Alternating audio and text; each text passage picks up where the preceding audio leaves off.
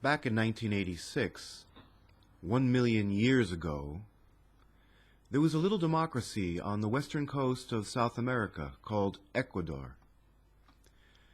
Human beings had much bigger brains back then than they do now, and so they could be beguiled by mysteries. One such mystery in 1986 was how so many creatures that could not swim very well managed to reach the Galapagos Islands, a group of volcanic peaks popping out of the very deep, very cold ocean 1,000 kilometers due west of Ecuador. When human beings discovered those islands in 1535, there were already geckos and iguanas and rats and spiders and ants and grasshoppers and ticks living there, not to mention huge 400-kilogram tortoises. How did they get there? What form of transportation did they use? Many people were able to satisfy their big brains with this answer. They came on natural rafts. A leaf, or a piece of tree. Other people argued that such rafts would disintegrate in the middle of the ocean, and come on, nobody has ever actually seen one. And anyway, they pointed out, the current between the mainland and those islands would carry any such floating object northward, not west. Or, they asserted, all those land creatures had simply walked across a natural land bridge, like the one between Russia and Alaska, or that they swam from stone to stone, and that land bridge had since disappeared beneath the waves. And that makes sense. But scientists, with their big brains and clever instruments, made maps of the ocean floor, and there was not a trace of any underwater formation of any kind. Other people back in that era of elegant thinking decided that the islands had once been part of the mainland and had been split off by some huge catastrophe like a meteorite or an earthquake. But these islands really didn't look like they had been split off from anything. These were young volcanoes, which had been vomited up from the bowels of the earth right there. Another theory back then was that God Almighty had created all those creatures right where the explorers found them, and so they had no need for transportation. But it was no mystery 1,000,000 years ago as to how you could get from the South American continent to the Galapagos Islands. And I'm not talking about squatting on a raft of vegetable matter and hoping for the best. You bought a ticket for a cruise on the maiden voyage of a new ship which flew the Ecuadorian flag called the Bahía de Darwin, Spanish for Darwin Bay. Now, this cruise was publicized all over the world as the nature cruise of the century. Her destiny from the moment she was first conceived on paper was basically to churn on out to the islands and back again. Out to the islands and back again. To the islands and back. There's another guy who's got a ticket for the cruise. His name is Frank Edwards, in his mid-30s, and he's traveling alone. You might even find him sad, as he hopes you will. He's going bald, and he has a belly, and his skin is bad, like the crust on an overbaked pie. And he wears glasses so that he could plausibly claim to be in his 50s if he saw fit, and he has. He claims to be a Canadian and has a fake passport to prove it. Anyway, you'll definitely notice him, and he wants that. He's wearing a straw hat and red shorts and a brand new orange and white wavy cotton shirt with the price tag still attached to the bottom of it, which the waiter this morning, very politely and in good English, told him so. "Oh," said Edwards. He knew the tag was there, and he wanted it to stay there.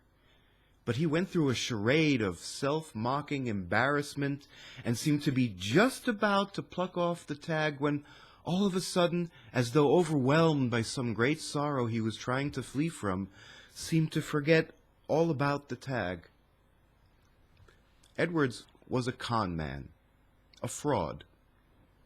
His outfit and price tag was bait for some friendly, unsuspecting fellow passenger on the cruise to point out to him, "Excuse me, sir, but I can't help noticing."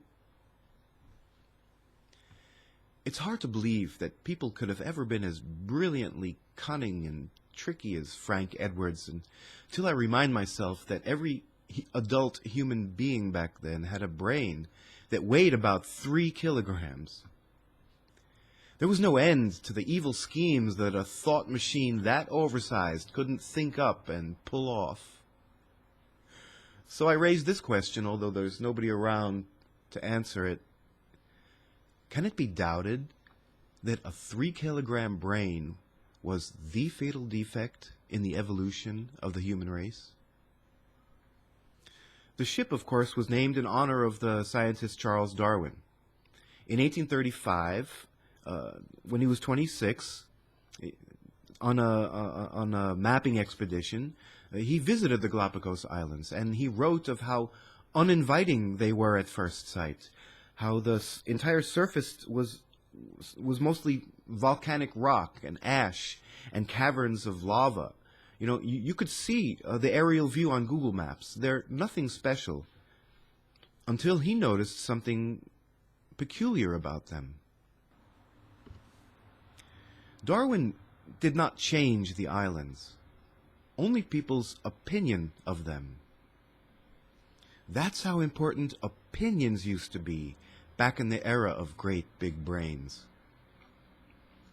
Mere opinions were, in fact, as likely to govern people's actions as hard evidence.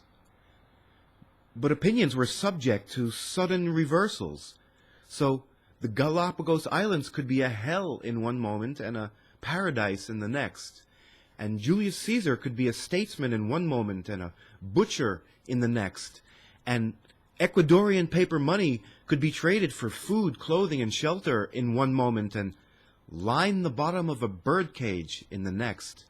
And the universe could be created by God Almighty in one moment and by a big explosion in the next, and on and on. Nowadays, thanks to our reduced brain power, people aren't diverted from the main business of life by things like opinions. It was the Spanish explorers who discovered the Galapagos Islands when they got caught in a storm and blew off course. And as with any territory, they dropped anchor and went looking for gold. They were just a bunch of volcanic lumps. There was no sign that anyone had ever been there before. They didn't claim these rocks in the middle of the ocean for Spain. Why would they? And for 3 more centuries, no other nation claimed them. But then in 1832, Ecuador, one of the smallest and poorest countries on the planet, asked the peoples of the world to share this opinion with them, that the islands were part of Ecuador. No one objected. At the time, it seemed a harmless, even comical opinion. And then young Charlie D., just 3 years later, began to persuade others that the freakish plants and animals that found ways to survive in this God-forsaken place made the islands extremely valuable, if only people would look at them as he did, i.e. science. And the Galapagos Islands were transformed from worthless to priceless, like magic. Eventually, war, disease, famine, and infertility caused the human race to become extinct, except for the 6 of us who made it to the Galapagos Islands that November day 1 million years ago to repopulate and evolve into the humble water creatures we are today. Life is much simpler now.